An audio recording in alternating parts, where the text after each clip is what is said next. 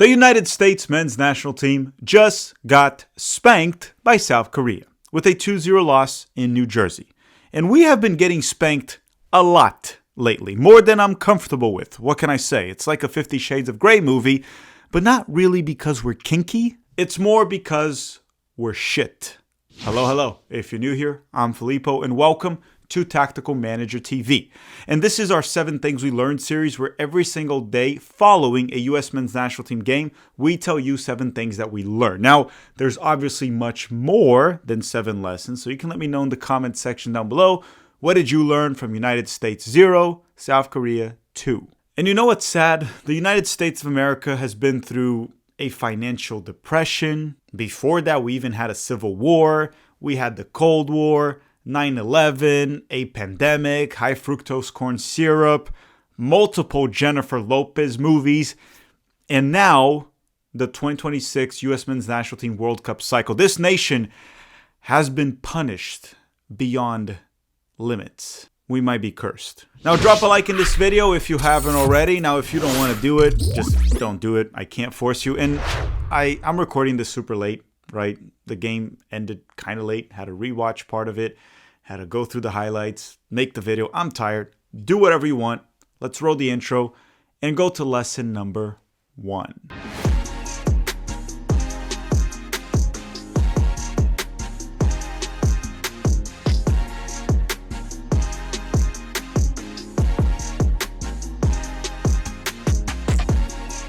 Okay, lesson number 1, and you might actually laugh when I say this, because it's kind of obvious at this point that Pochettino is doing a terrible job. That's the lesson. But let me expand upon that.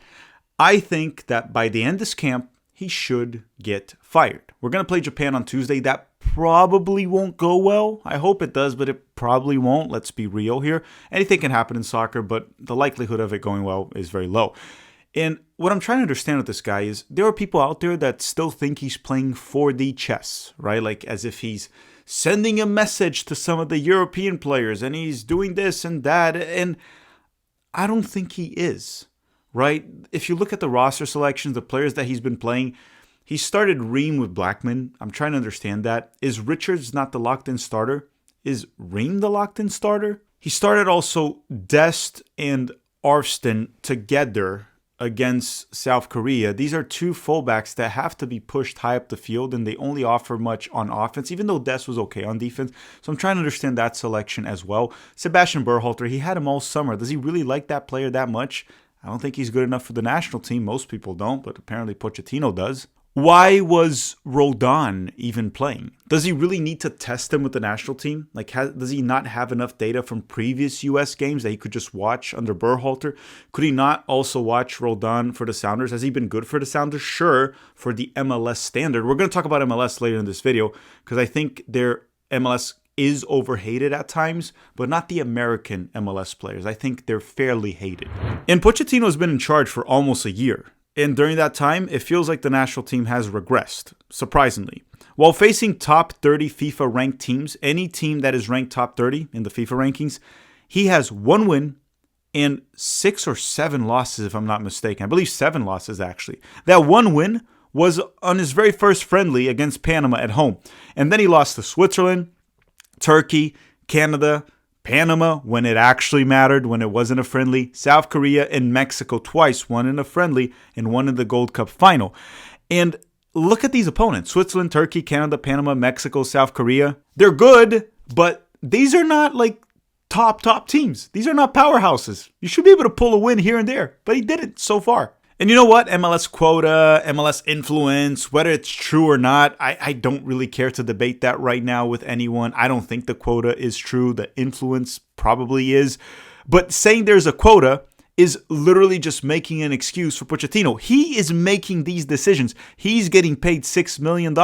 If he accepted a sellout role, that's all on him. He's f***ing around with these player selections, and he's finding out very quickly how bad these players are. And that is on Pochettino. It's been a terrible job so far, to say the least. And I think I'm being very kind to him right now. Lesson number 2 is very quick. It's about Tristan Blackman. If you didn't know before this camp, apparently Pochettino didn't, right? Because he tested him out. he's not at the level that you want for the U.S. men's national team. The guy can't pick a pass. He's not a ball-playing defender. He can't dribble into space. He's not really good at defending. Almost had a bad giveaway that gave South Korea a goal later in the game. But on top of that, the goal wasn't all on him, but the dude didn't really even check his shoulder. It is on him as well. Yes, there wasn't pressure on the ball. That is a problem. Tim Ream could have covered space a bit better. But are you really going to say it's not on Blackman? He's not a USMNT level player.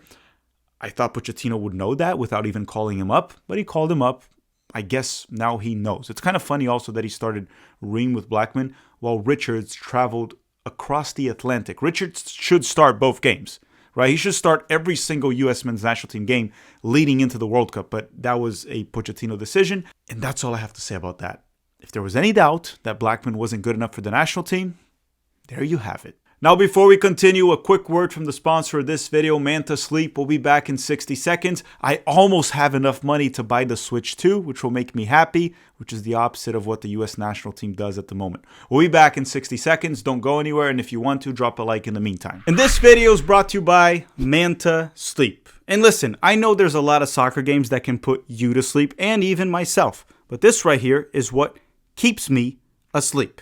And understand, I actually was never really a big fan of sleep masks in general because most of them are kind of crap. They're not very comfortable. They bother my eyelids and they're actually not very dark. They don't make it as dark as I would want it to be. But this one actually covers all of that. It is very comfortable for myself to sleep. I don't even feel like I'm wearing it at times. It doesn't really hit my eyelids. If you look at the inside, it doesn't do that. And it's actually extremely dark.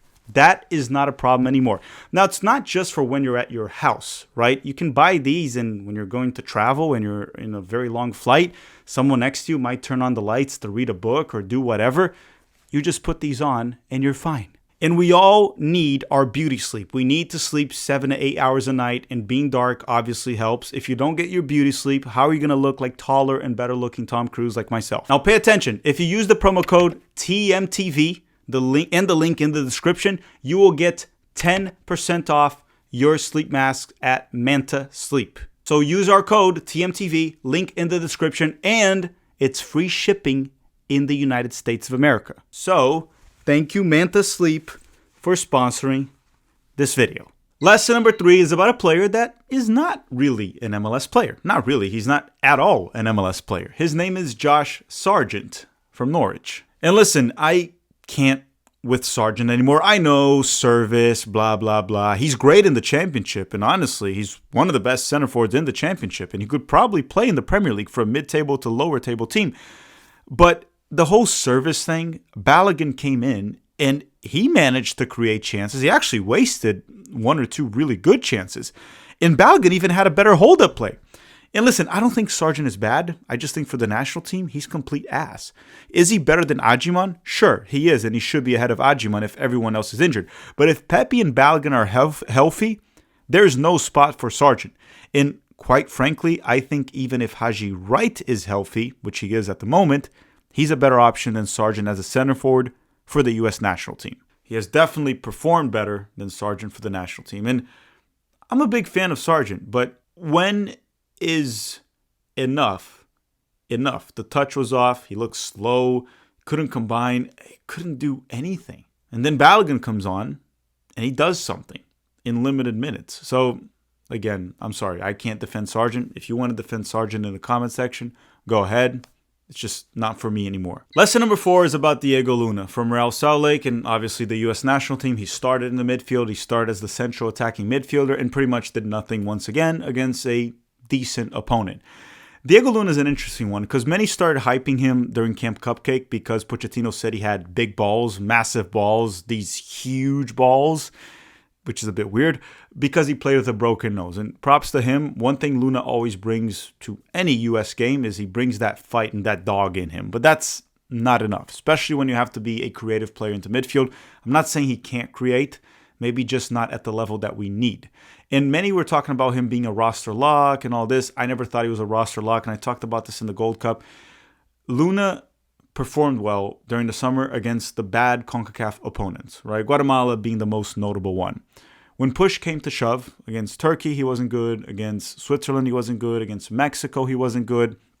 And now, against South Korea, he also wasn't good. Like Zendejas came on and looked much better than Diego Luna, for example, a player that's doing well in Liga MX.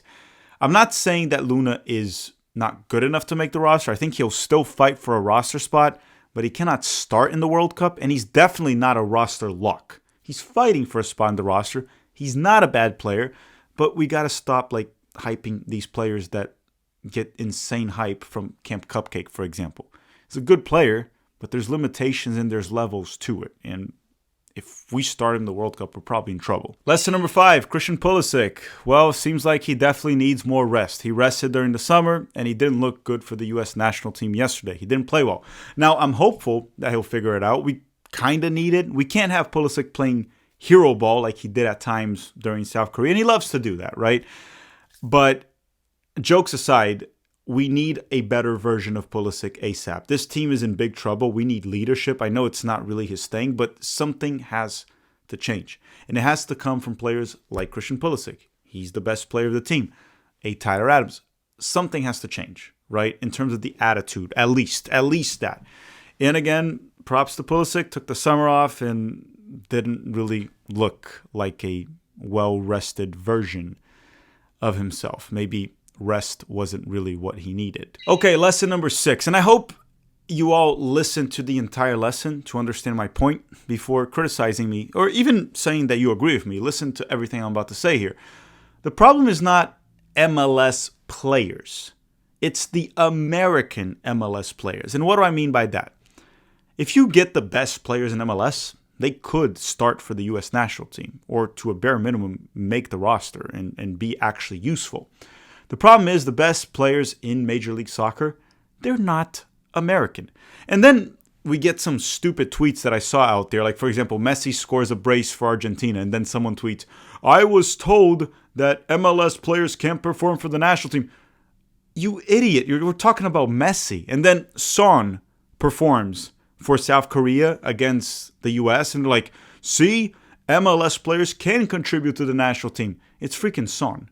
Right? First of all, he's been in MLS for maybe a month, something like that, maybe less. It's so stupid and bizarre when I see that. The problem is not specifically with MLS players.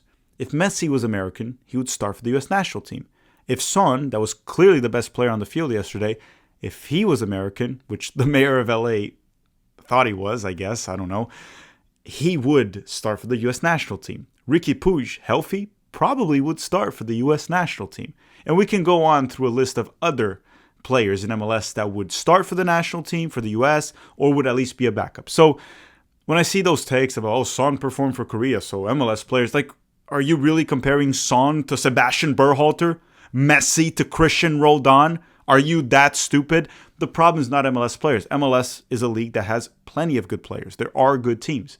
But the best players in MLS, they're not American. The American players in MLS are mostly mediocre. I guess I do want to take Matt Freese out of this because he has been reliable for the most part for the U.S. national team. And I thought Freese, despite conceding 2 goals, was quite good yesterday. Lesson number 7, I'm going to close this very quickly. I just want to say that I don't think Pochettino can turn this ship. I just don't think he can do it. And even if you were to say, oh, well, what about Pep Guardiola? I also don't think he would have been able to turn the ship at this point. There's not a lot of time till the World Cup. If you want to try to fix things, the United States would have to hire almost like a psychopath, like a completely insane coach that doesn't give a crap and just can pump these players. Like, it changed the entire dynamic, vibe, aura, whatever you want to call it. This team feels dead. There's no heartbeat. There are a bunch of zombies on the field. Look at the South Korea team, how they move the ball with purpose, quick. They look like a team. The U.S. didn't look like a team. We need an insane coach, like an El Loco Bielsa, that can just inject energy and bring this team back to life. I'm not saying Bielsa is the solution. I'm just giving an example, right? A Hervé Renard could be a good option. I don't think we can get a new coach like that anymore. Jose Mourinho, like a Simeone, a legitimate insane coach that would drive these players up, inject energy into this team, and bring them back to life. And for those that were like talking about Berhalter, for example, some people were saying, I thought Berhalter was the problem, like Carly Lloyd. Please, Berhalter was the problem. He was. And him being fired was justified. We almost got knocked out in the semifinals of the Nations League with him against Jamaica. If you don't remember, Jamaica scored an own goal in the 95th or 96th minute to help the U.S. go through, and he got bailed out by Gio Reyna. During the summer, we got demolished by Colombia. Then we tied Brazil, which looked like a good result at the time, but Brazil was crap. We found that out in the Copa America.